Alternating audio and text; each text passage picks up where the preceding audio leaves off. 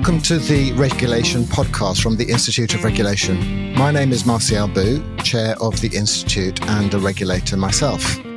Regulation is very much in the news at the moment. It's even made the front page of The Economist, where they reference international steps to improve regulation, mentioning Argentina, the United States, and the country that is the focus of this month's podcast, New Zealand, where the government last year established what I believe is the world's first Ministry for Regulation. It says its role is to, quote, lift quality across all regulatory systems and support agencies with regulatory responsibilities to align with good practice, with functions including assuring the quality of new regulation, improving existing regulatory systems, raising the capability of those who work in regulation too. Those sound fantastic objectives. Indeed, they align strongly with what the UK's own Institute of Regulation here hopes to achieve as a professional body. And here to tell us more about the genesis of the ministry, its work and its aspirations for the future, is its Chief Executive, Grainne Moss. Welcome, Grainne. Thank you very much for having me. It's fantastic to have you here, Grainne. Thank you very much. Let me introduce you properly. You were appointed Chief Executive only last September, so it's great to talk to you so early in your tenure. And before this, you were Chief Executive at the New Zealand Public Service Commission and at the New Zealand Ministry for Children, having also been a Managing Director at a healthcare provider in the almost 30 years that you've lived and worked in New Zealand. So thank you very much for talking with us. I've given a brief resume of your background, but it'd be much better to hear it from you, how you came to lead the world's first Ministry for Regulation.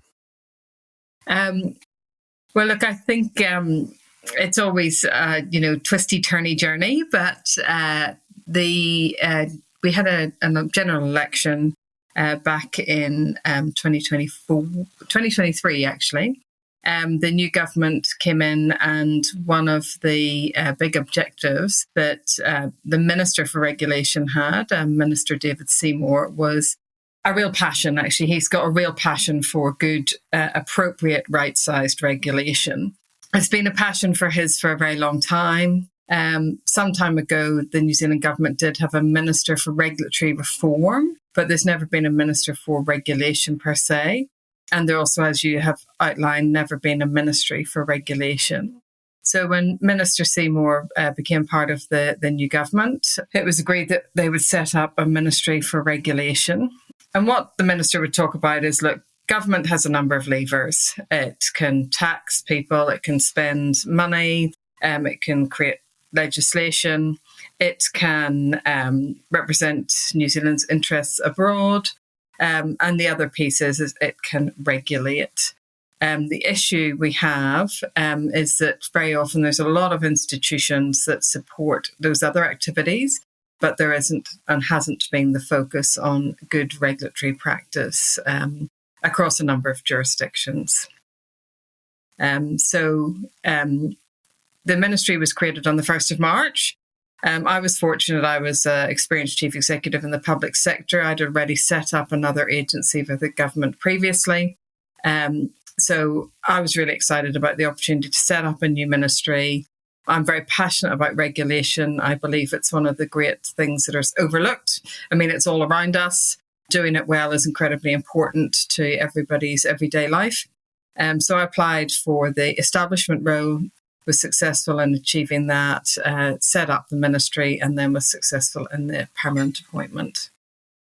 Fantastic. Well, many congratulations. I'm sure it's a role that many people would aspire to have that kind of leverage to improve regulation.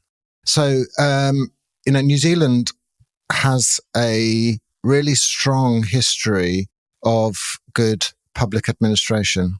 And I know that dating back well into the 90s, when new public management was a thing, New Zealand was leading the way, and many countries, including here in the UK, were looking to good practice in New Zealand. And that applies in regulation too. I know that you set up in New Zealand a network of regulators, I think called GREG, that was at least 10 years old. So I presume the Ministry for Regulation is building on some of those roots that have been established in New Zealand a good while ago. Absolutely. I mean, and we've been very fortunate to have, as you say, the GREG function and capability. Yeah. So, and actually, there was a group and a community within New Zealand that, we're already getting together. We're sharing best practice. We're developing guidance. We're looking at their long-term stewardship responsibilities in relation to regulation. So the wonderful thing is, what's come into the new ministry is the former GREG team, and also the Treasury function in New Zealand had a regulatory stewardship capability, and that has come into the new ministry as well. So Right. Absolutely, we're building on past endeavours and thrilled to have those building blocks in place.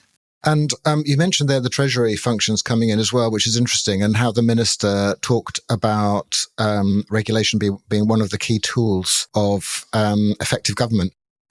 So one of the things that happens in government departments, as you'll know, is that some of them are stronger than others.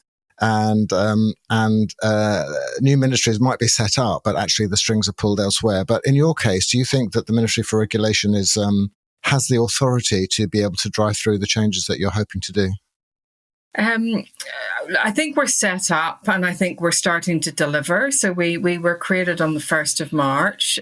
I mean, part of the setup is the political mandate. A very strong political mandate enables you to have influence. And we absolutely have that. So that's fantastic. That commitment, by one of the most senior politicians in New Zealand is just, that's a key ingredient for success in terms of actually implementing change. Then the second part is that the government have set us up as a central agency. So in New Zealand, we have a number of central agencies, Treasury, the Department of Prime Minister and Cabinet, the Public Service Commission. And the fact that we've been set up in that way, again, I think really assists and helps with the opportunity and make sure that we can execute that opportunity. The other piece is that Cabinet have supported us in terms of additional or new Cabinet processes to ensure that actually agencies are connecting with us in the early stage of policy development to achieve what you outlined in your introduction, good new regulation. So we have had significant political commitment, but also commitment in terms of process, content, structures. I mean, at the end of the day, we still have to deliver. And that's really important. You can only influence if you deliver and you walk the talk. So far, we've had a couple of relatively significant wins in a short space of time. Not maybe wins, but I think achievements that have contributed to our credibility. Mm-hmm. One of those is we, before Christmas, released a report into the regulatory system of the early childhood education sector in New Zealand. That report has landed very well in terms of people have said it was impressingly refreshing, it was clear, it was constructive. Of course, it has areas where people may not disagree with all of our analysis and findings, but it's been a really good first regulatory review. It's been well received. Our next regulatory review will actually be published relatively soon as well. And the other piece is we have made some contributions in terms of helping people or updating regulation or changing some regulations that were, stopping people from doing sensible things. But we are in the early stages and we have to continue to deliver value. But I think we've been incredibly well set up. I've been able to recruit a fabulous team. We've linked into, people internationally. We've built on what we've already had. So, so far, so good. Fantastic. Well, as I say, I was always impressed with some of the good practice in public administration in New Zealand, and I'm looking forward to reading more of your publications going forward as well. So you've had some early wins. You've put down some markers about the kind of things that you'd like to do, which is great to hear. What aspirations do you have over the coming years then for the ministry and for the work that you want to do to improve regulation in New Zealand? Look, I think the key thing is lifting the capability of all of the regulators across the system, ensuring that people are supported to be the best, most appropriate regulators that they can be. making sure that regulation is right-sized. So new legislation, new regulation coming in is fixing the problem that people have identified. That problem's well identified. The costs and the benefits are considered, the trade-offs. And then, I think the problem with regulation is, a lot of it can be good at the time, but then the set and forget mentality. So, Definitely. We will be doing a lot of work in that with existing regulatory systems to ensure that the platforms are up to date so that, again, regulators can be the best regulators they need to be. And also that regulated parties can have certainty, clarity, and have appropriate limits on what they're doing that are appropriate to potentially any harm that might be caused. So, look, I think there's a pretty significant workload. We've got about 200 regulatory systems in New Zealand, so there's no shortage of areas to make some improvements. Well, I mean, it's all music to my ears, I have to say, all of the things that you're talking about. And one of the things I really like is that you talk about regulatory systems, because sometimes people talk about regulation, thinking about the actual, clauses, as it were, or regulators as some kind of, bogey person that is coming along to inspect them. But it is about regulatory systems. So I'm really glad that you're talking about that. And I'm also glad that you're talking about the fact that sometimes regulatory systems are out of date because societies change quite quickly. Technology changes. The economies change, and the systems need to be kept up to date as well. So that's clearly a challenge for us all. But what are the other challenges that you're facing, or other problems that you're worrying about in doing your work? Well, I think the interconnectedness of some of the regulatory systems as well is, the world is quite complex. So actually sometimes what looks like an easy solution in terms of simplifying can end up, being much more challenging. It's all of those unintended consequences and making sure that you've actually taken a really deep look at, on the surface, that doesn't seem sensible. So let's remove, let's say, that regulation or amend that regulation, but actually making sure that you've thought about the, downstream, upstream consequences. How does it change behaviour?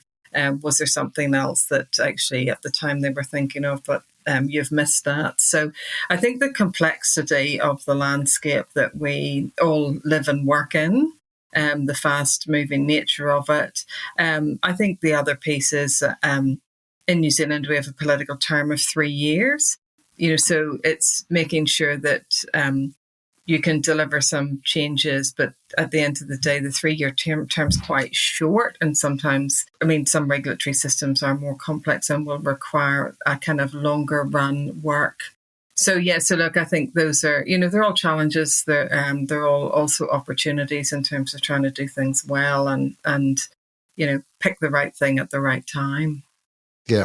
And you mentioned the politics, and obviously regulation is sometimes ignored, but sometimes it does become political when in a particular sector. It's happening here in the energy markets and the water markets in the UK. Education, similarly, sometimes the regulator takes the hit for things that have gone wrong or things that could be done better. And obviously, as I mentioned at the beginning, The Economist is talking about regulatory experiments around the world. And obviously, we've got new administrations in many countries, Argentina and the United States, I mentioned at the front as well. So how do we all, this is a problem for all of us, how do we try to make sure that we're all democratically accountable, which we must be, while obviously also thinking long term about the kind of systems, the complex systems that you've been talking about? Look, I think it's in some ways, I think it's quite straightforward. You have to play things with a straight bat. You're a public servant. You're there to serve the government of the day. But you're also there to have a stewardship responsibility. And what I always like to do with my diary is I like to look at my diary both forward and backwards and say, how much time did I spend on the immediate and urgent? How much time did I spend on the kind of day-to-day? How much time did I spend on the really important but not urgent? How much time did I spend on short-term, long-term?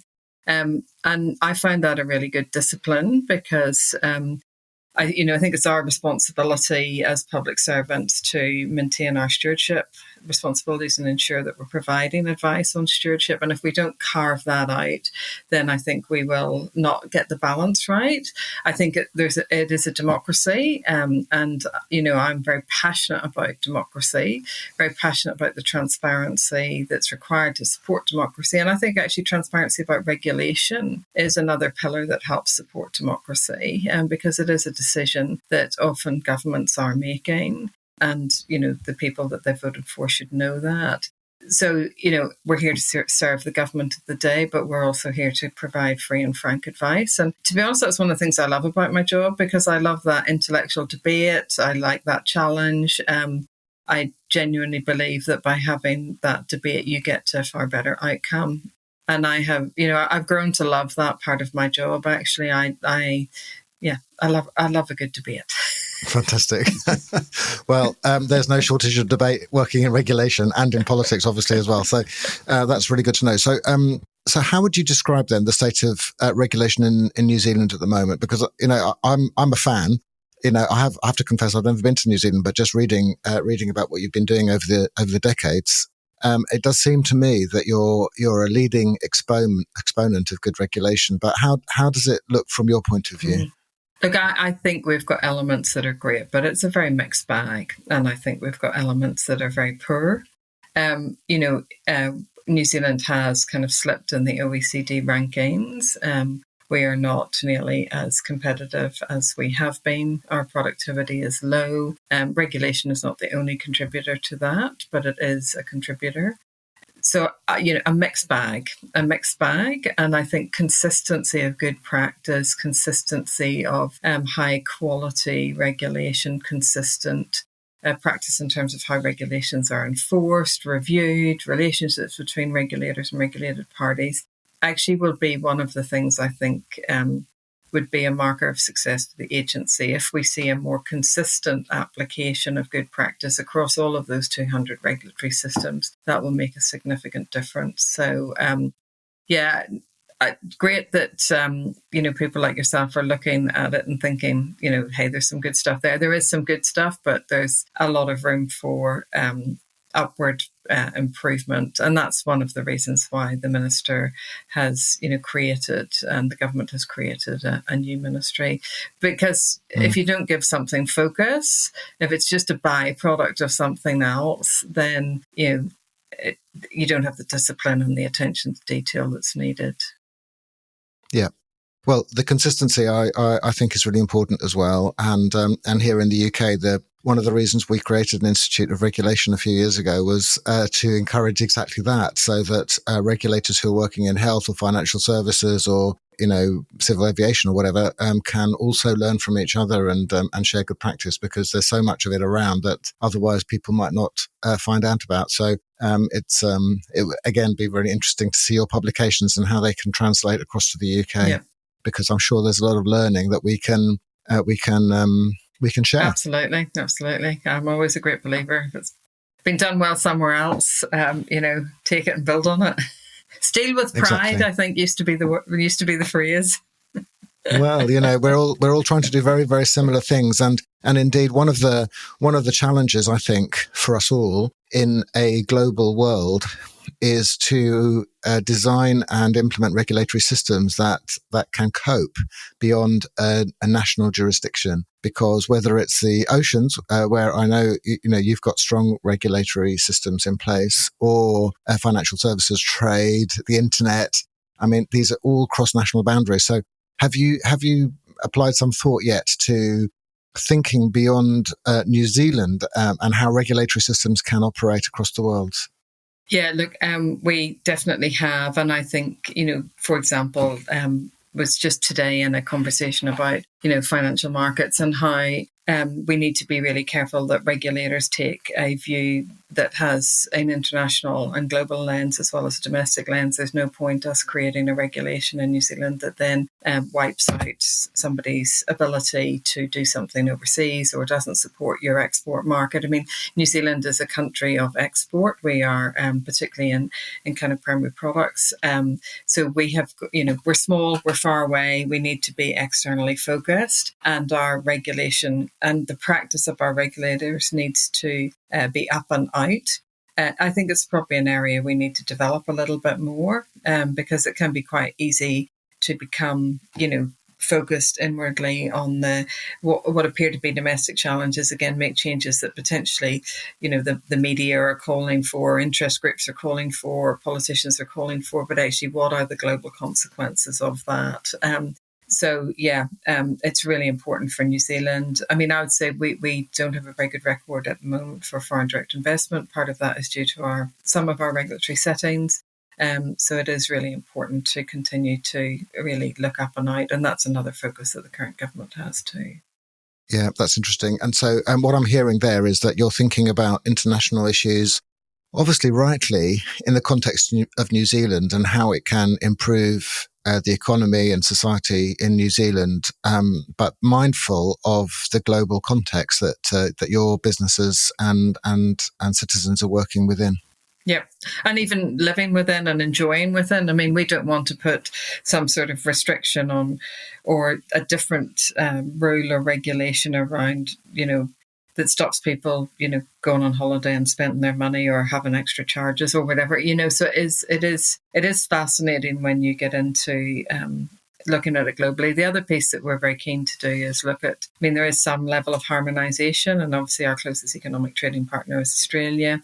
But it's, is there more opportunities for harmonisation and therefore, reduce the regulatory burden? Because a number of products now, have a global footprint. And I think there are areas where, the flora, fauna, there are areas that are unique to New Zealand, but, we need to actually just ring fence those and be specific about those. But there's an awful lot in common across a number of markets. And again, there's probably an opportunity there to streamline potentially by harmonising, in partnership with other jurisdictions. And that's been one of the great things about some of our free trade agreements. That's really opened up some of those conversations and changed some of the regulatory systems.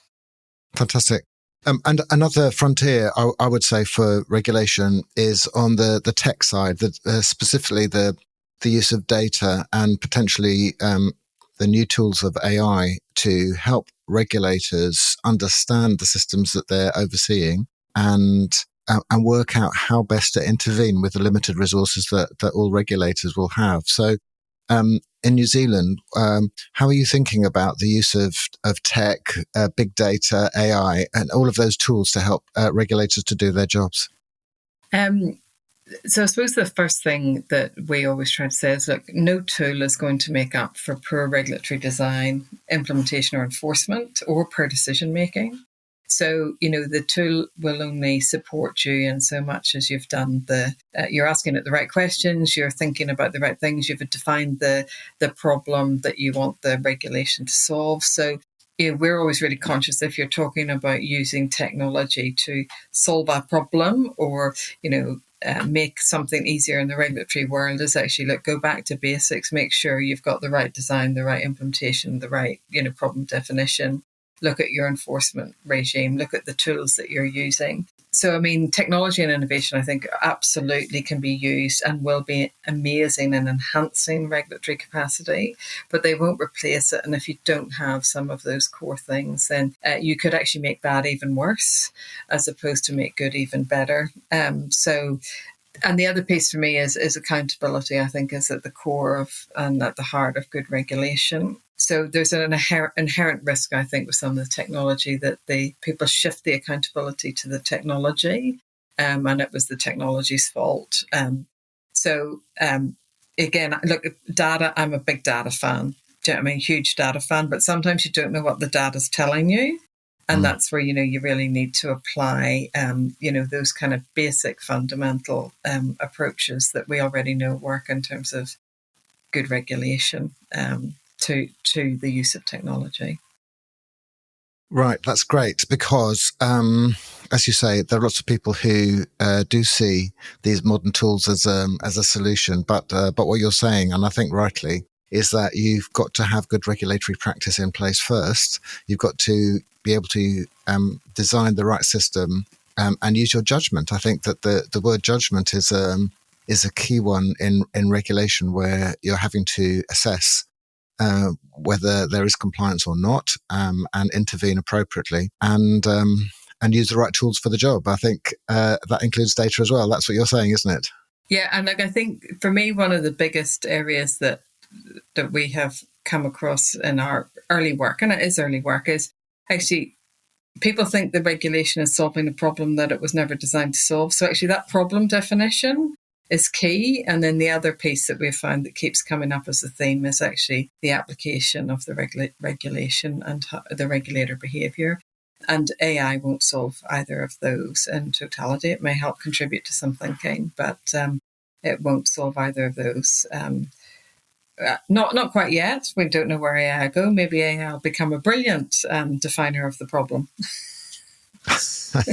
Well, we'll all wait and see. I mean, this is a very evolving picture, obviously, both in many dimensions. The tech, the regulatory practice, and obviously, society evolves as well. And some things which needed to be regulated a few years ago no longer need to be regulated, and vice versa. Obviously, new products and services come along that need to have a little bit of scrutiny. And I think that you mentioned earlier on the need for regulation to be agile as well as and stay up to date. So there's so much there, and I'm very much looking forward to seeing how the ministry evolves over the coming years. But obviously, we're here in the UK, listening to what you're having to say and observing developments in regulation in New Zealand, Australia, the United States, and elsewhere. How do you think those of us who are working in regulation can cooperate or work together to improve knowledge sharing, good practice across national boundaries so that we can all benefit? Well, look, I think that's where technology has been fabulous. You think about when I started my career, which, was some time ago, didn't have an internet. You and I wouldn't be chatting, that, we would have maybe met at some conference if we were really lucky. So I think regulators and people working in regulation need to continue to make publicly available their tools, their products, their thinking, their papers. We're pretty excited in New Zealand because we've had good relations with through GREG with people like yourselves. Now that we have a ministry, we've got a more structured approach. There's more opportunities to do potentially even joint projects on stewardship or capability building. Sharing, training, sharing findings, learnings, looking at what's worked. One of the big areas I think regulators should work together on more is let's have a bit more of a global conversation about what can you remove. Because there's a very, very limited appetite in some quarters for that. And often, the media will say, oh, you're removing that, that's going to cause harm. I also think collectively contributing to conversations, just as you're doing by having this podcast, to, raising profile, raising thinking, starting to talk about the things that matter and giving them voice. So we're really keen to, continue to link into international jurisdictions. Fantastic. Well, I agree with you about removing regulations that are no longer necessary, in the same way that there used to be police officers on street corners to direct the traffic that we don't need anymore, because we've got different rules and compliance levels are much higher when people get to street corners. So there are lessons there for us all as society evolves about what we can let go of, as well as what we need to keep hold of. Yeah. So that's fantastic. Thank you so much, Grainne, for joining us. It's been a fantastic insight into the early stages of the operation of your Ministry for Regulation in New Zealand. And we very much look forward to hearing more in due course. Thanks for joining us. Thanks very much for having me. And thank you, apart from Grainne Moss from the New Zealand Ministry for Regulation, to Neil Bowerman from Bowerman Audio Productions, our sound engineer. And I hope those of you listening have found this discussion interesting. If you have, do let your colleagues know about it and tune in to future episodes where we will discuss other issues of interest to regulators. And you can find out more about regulatory matters in the UK and indeed internationally from at the Institute of Regulation's website, ioregulation.org, obviously from the Ministry for Regulation in New Zealand too. And thank you for listening to me, Marcia Albu, at the Regulation Podcast, and good luck with your own regulatory challenges, and stay in touch with the Institute to help UK regulation become the best it can. Thank you very much. Goodbye.